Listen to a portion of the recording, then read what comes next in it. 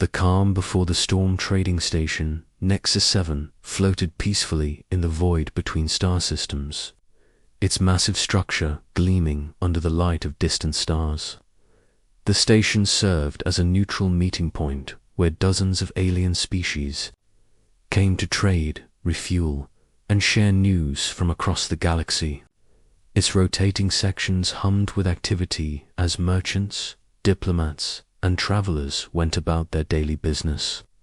Commander Dictar stood in the station's command center, his tall, slender frame typical of the Velinari people.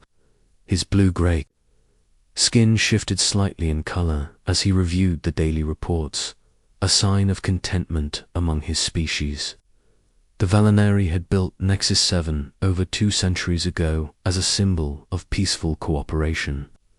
Today seemed like any other quiet day in neutral space. "Commander," called Lieutenant Yara from the communications station, her tentacle-like appendages dancing over the controls. "We're receiving a priority distress signal from mining outpost Delta 9. Dictar's skin immediately darkened to a worried purple. Delta 9 was only 3 hours away from the station, home to nearly 10,000 miners from various peaceful species. "Put it through," he ordered. Static filled the command center speakers before a panicked voice broke through. "This is Director Mahn of Mining, Outpost Delta 9. We need immediate assistance. Long-range sensors show a Soran Empire fleet approaching our position. Estimated arrival in 6 hours. We have families here, children. The Sorans are known to take slaves. Please, anyone who can help us." The command center fell silent. Everyone knew about the Soran Empire. They were a warrior race that had been expanding their territory for decades, conquering peaceful worlds and enslaving their populations.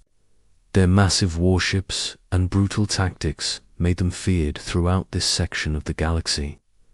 "How many ships are we talking about?" Vector asked grimly. Lieutenant Yara worked her controls frantically.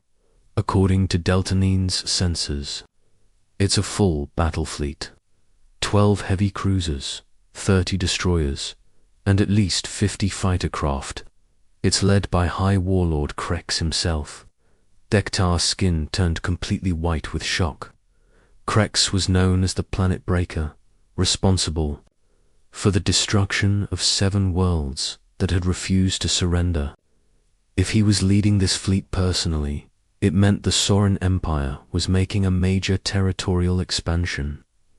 An unexpected volunteer commander came a new voice from the docking bay communications. "This is Captain Zara Voss of the Earth vessel. Peaceful trader. We couldn't help but overhear the distress signal. Request permission to assist in the evacuation." Dektar looked at his tactical display.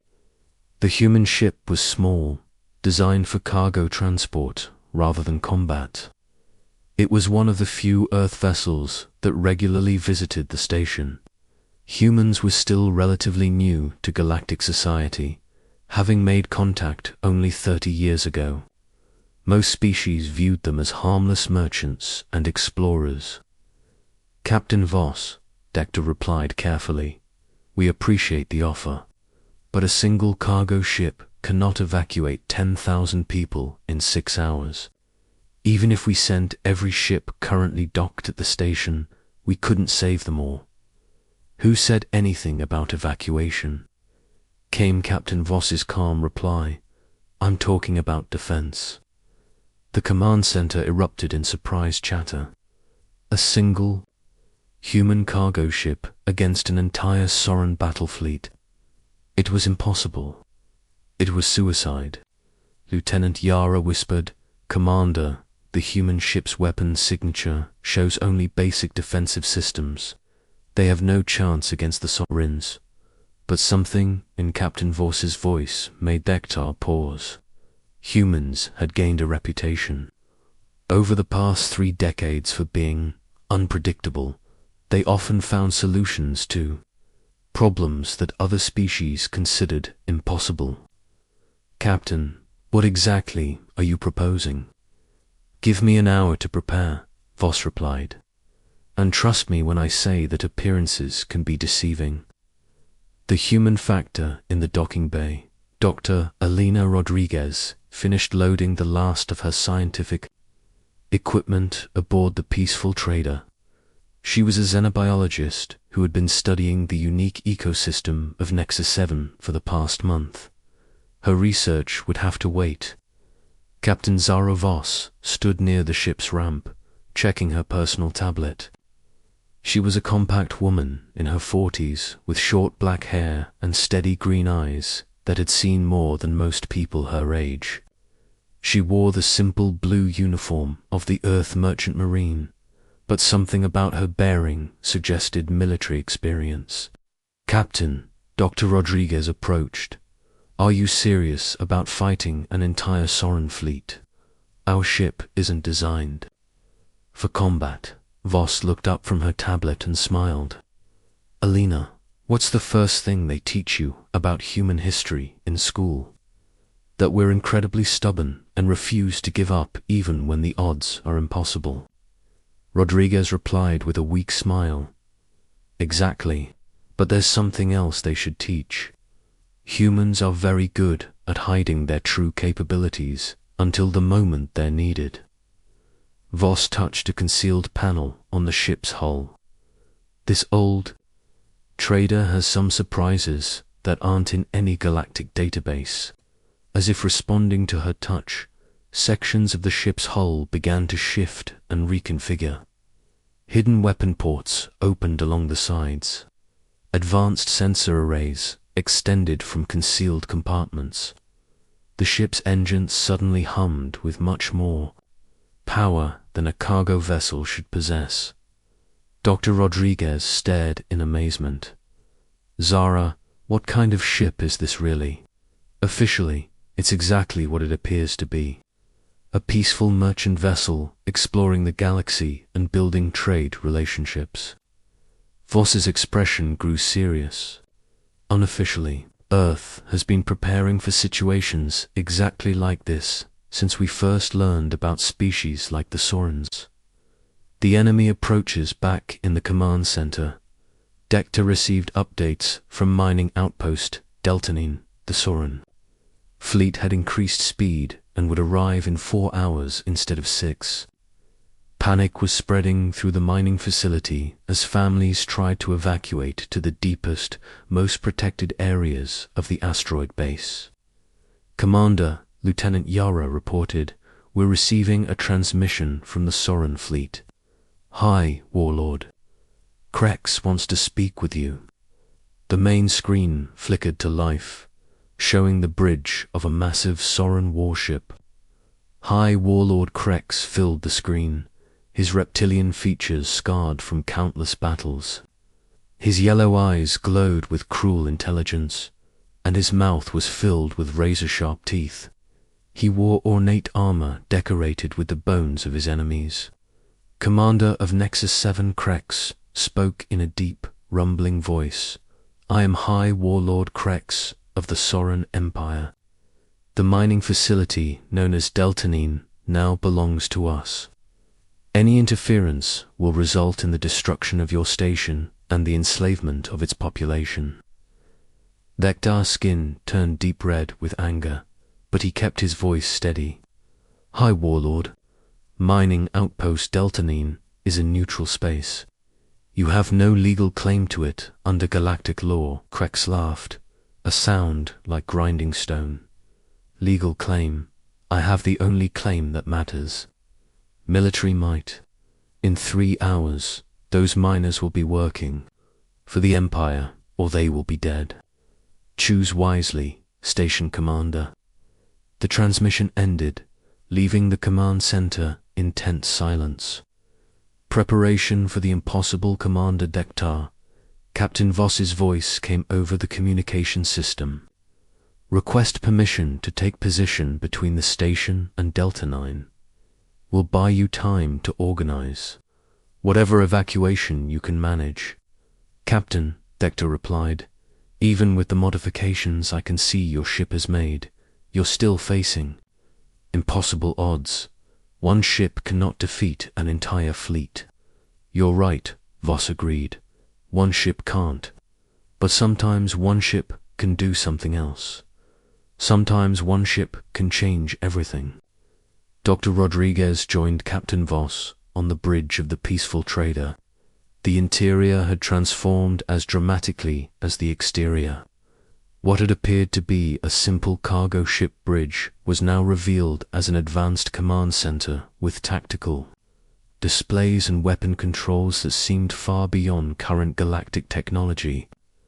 Zara Rodriguez said quietly, I need to know what I've gotten myself into. What is this ship really? Captain Voss looked out at the stars ahead of them. Alina, for the past 30 years, Earth has been sending out ships like this one, too. Most of the galaxy, we appear to be simple merchants and explorers, but we've been doing something else. We've been mapping every trade route, every neutral zone, every peaceful settlement in this part of space. She turned to face her friend. The galaxy is full of species like the Velinary, peaceful people who just want to trade and explore and build better lives. But it's also full of predators like the Saurans. Someone needs to protect the peaceful ones. So Earth has been secretly building a navy. Rodriguez asked. Not exactly. We've been building something better. A network of guardian ships, hidden, in plain sight, ready to respond when peaceful people need help. Voss activated the ship's long-range communications. Computer, send code Shepherd's Watch to all Earth vessels within 6 light hours of our position. Message sent. Captain, the ship's AI responded. 7 vessels, acknowledging. Rodriguez felt a chill of excitement and fear. There are more ships like this one out there, Alina. When the Saurans arrive at Delta 9, they're going to learn something that no one in the galaxy knows yet. Captain Voss's eyes hardened with determination. They're going to learn that when you threaten innocent people, you don't just face whatever ships happen to be nearby, you face Earth. But it wasn't just their technology that was superior. The human tactics were completely different from anything in Soran military doctrine. Where Soran strategy focused on overwhelming firepower and brutal assault, the humans fought with surgical precision and adaptive intelligence. When Soran ships tried to surround individual human vessels, the humans would suddenly change their formation, turning the trap into an opportunity to strike at exposed enemy flanks. When the Saurans attempted to retreat and regroup, the humans anticipated their movements and cut off escape routes. On Nexus 7, Commander Vector watched the battle with growing amazement. Lieutenant Yara, are you recording all of this? Yes, sir. But Commander, the human ships are using technology that our sensors can barely detect. They're manipulating gravitational fields, creating localized space-time distortions, and their communication system seems to operate faster than light. Vector realized he was witnessing something unprecedented. They're not just more advanced than we thought. They're more advanced than anyone in the galaxy thought possible. The turning point Admiral Voss stood on her bridge, calmly directing the battle while monitoring the status of all human ships. Not a single Earth vessel had been destroyed, while half of the Soran fleet was either disabled or destroyed. Admiral Lieutenant Morrison reported, High Warlord Krex is attempting to contact his home fleet for reinforcements. Jam all their communications, Voss ordered. We don't want the Soran Empire to learn about our capabilities until we're ready to deal with them directly. Dr. Rodriguez watched the tactical display, amazed by the coordination between human ships. Zara, how are your ships communicating so effectively? The precision is incredible. Quantum entanglement, communication, Voss explained. Instantaneous coordination across any distance. But that's not our real advantage, Alina. Our real advantage is that we think differently. She gestured to the tactical display. Like most warrior species, think of space combat as a contest of raw power. Bigger ships, more weapons, overwhelming force. Humans think of it as a problem to be solved. We study our enemies, find their weaknesses, and exploit them with precision rather than brute force. High Warlord Krex was learning this lesson the hard way. His massive flagship, the Blood of Conquest, was designed to dominate any battlefield through sheer destructive capability. But the human ships refused to engage in the kind of direct confrontation where his advantages would matter. Instead, they struck at his engines, disabled his weapon systems, and systematically dismantled his ability to fight. It was like being defeated by surgeons rather than warriors. Sub-Commander Krex growled, "How many ships do we have left?" "For cruisers still operational, sir. 12 destroyers. Most of our fighters have been disabled or destroyed." Rax's voice carried the defeat that Krex refused to acknowledge. "Sir," the communications officer interrupted, "the human admiral is hailing us again." The price of aggression, Admiral Voss's image appeared on the main screen of the Blood of Conquest. She stood calmly on her bridge, showing no signs of the stress of battle. Behind her, human crew members worked with quiet efficiency, monitoring systems and coordinating the fleet's movements. "Hi, Warlord Krex," she said. "Your fleet is defeated. You have 2 choices. Surrender and return to Soren space, or be destroyed where you stand." Krex's yellow eyes blazed with fury and humiliation. "The Soren Empire does not surrender to inferior species." Inferior. Voss's expression didn't change, but her voice carried a new edge. "High Warlord, in the past 30 minutes, we have disabled or destroyed 2/3 of your fleet without losing a single ship. We have demonstrated technology that makes your most advanced warships look like toys. In what way, exactly, are humans inferior?" The question hung in space like a challenge. For the first time in his career, Krex had no answer. "The Soren way is strength," he finally snarled. "The strong take what they want from the weak." "Then, by your own philosophy," Voss replied calmly, "we are stronger than you. But here's what you don't understand about humans, High Warlord.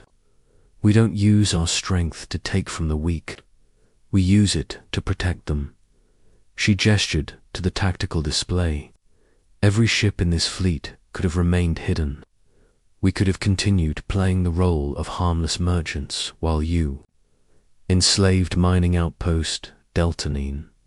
But we didn't. Because protecting innocent people is more important to us than staying hidden." Dr. Rodriguez felt a surge of pride as she listened to Admiral Voss speak. This was humanity at its best, not conquering or dominating, but standing up for those who couldn't protect themselves. A new understanding on Nexus 7 Commander Deck received reports from his sensors throughout the system. The battle was clearly over. The remaining Soren ships were drifting powerless in space, their crews alive, but their vessels completely disabled. "Commander," Lieutenant Yara said quietly, "we're receiving communications from mining outpost Deltanine. They're safe." The humans positioned a protective screen around the entire facility during the battle. Dektar's skin shifted to a warm blue, color that indicated deep gratitude. 10,000 innocent lives had been saved by human intervention. But more than that, the galaxy had just learned something remarkable about Earth and its people. Admiral Voss's voice came over the communication system. "Commander Dektar, this is Admiral Voss. We're preparing to escort the disabled Soren vessels back to the border of their territory. We'll leave a small patrol in this area to ensure they don't return. Admiral Dector replied, "On behalf of the Velinari people and everyone aboard Nexus 7, thank you. But I have to ask, how long has Earth been hiding this level of capability?" "We haven't been hiding it, Commander. We've been developing it. For 30 years, while we appeared to be simple merchants and explorers, we were actually learning about the galaxy. We identified species like the Velinari, who want only peace and cooperation. We also identified species like the Sorens, who prey on the peaceful." Voss paused, then continued. "Earth made a decision 3 decades ago. We would protect those who cannot protect themselves. We would be the guardians that the galaxy didn't. No, it needed." The new reality, High Warlord Krex sat in his command chair aboard the crippled blood of conquest, staring at the human ships that surrounded his defeated fleet. His pride demanded that he go down fighting, but his tactical mind recognized the futility of further resistance. "Admiral Voss," he said finally, "what happens now?" "Now you return to Soren space with a message for your empire," Voss replied. "The age of unchallenged expansion is over. Any species that threatens peaceful settlements will face Earth's response. And if the Empire chooses to mobilize its full strength against you," for the first time, Admiral Voss smiled. "High Warlord, what you've seen today is not Earth's full strength. This is just the Shepherd Fleet, our rapid response force for situations exactly like this one. If the Soren Empire wants to test our full capabilities, they're welcome to. Try." Krex felt a chill of realization. If this was just a small part of Earth's military capability, then humanity had become the most powerful force in the galaxy while pretending to be harmless traders. Dr. Rodriguez stood beside Admiral Voss as they watched the disabled Soren ships being prepared for escort back to their territory. "Zara, what happens now? Will Earth reveal itself openly?" "Not yet," Voss replied. "We'll continue operating as we have, protecting peaceful species while maintaining our cover as merchants and explorers. But word of what happened here will spread. Species like the Velinari will sleep more soundly knowing that someone is watching. Over them, species like the Sorens will think twice before threatening innocent people." She looked out at the stars surrounding them. "The galaxy is about to become a safer place, Alina. Not because we've conquered anyone, but because we've shown that aggression against the innocent has consequences." The message spreads as the human fleet began to disperse back to their hidden positions throughout the galaxy. Communications channels buzzed with news of the battle. The story spread from Nexus 7 to trading posts and settlements throughout neutral space. Humanity had revealed itself as the galaxy's secret protector. For 30 years, they had been watching, learning, and preparing for moments like this. They had built a fleet of advanced warships disguised as merchant vessels, positioning them throughout known space to respond to threats against peaceful species. Commander Vector composed his official report to the Velinari government, but he knew that words could not adequately describe what he had witnessed. Earth had fundamentally changed the balance of power in the galaxy, not through conquest or domination, but through the willingness to stand up for those who could not protect themselves. Mining outpost Deltanine continued its operations safely, its 10,000 inhabitants unaware of how close they had come to enslavement. Children played in the asteroid's protected gardens while their parents worked the mineral extraction facilities, all of them protected by human guardians they would never see. The Soren Empire would think twice before expanding into neutral space again. Other aggressive species throughout the galaxy would hear the story and reconsider their own plans of conquest. And somewhere in the depths of space, Admiral Zara Voss stood on the bridge of a ship that once again appeared to be nothing more than a peaceful merchant vessel. She watched the stars and smiled, knowing that innocent people throughout the galaxy were a little safer because humanity had chosen to be their guardians. The age of unchecked aggression was over. The age of human protection had begun. Earth had shown its true face to the galaxy, and that face was not one of conquest or domination, but of courage, protection, an unwavering commitment to defending those who could not defend themselves. The galaxy would never be the same.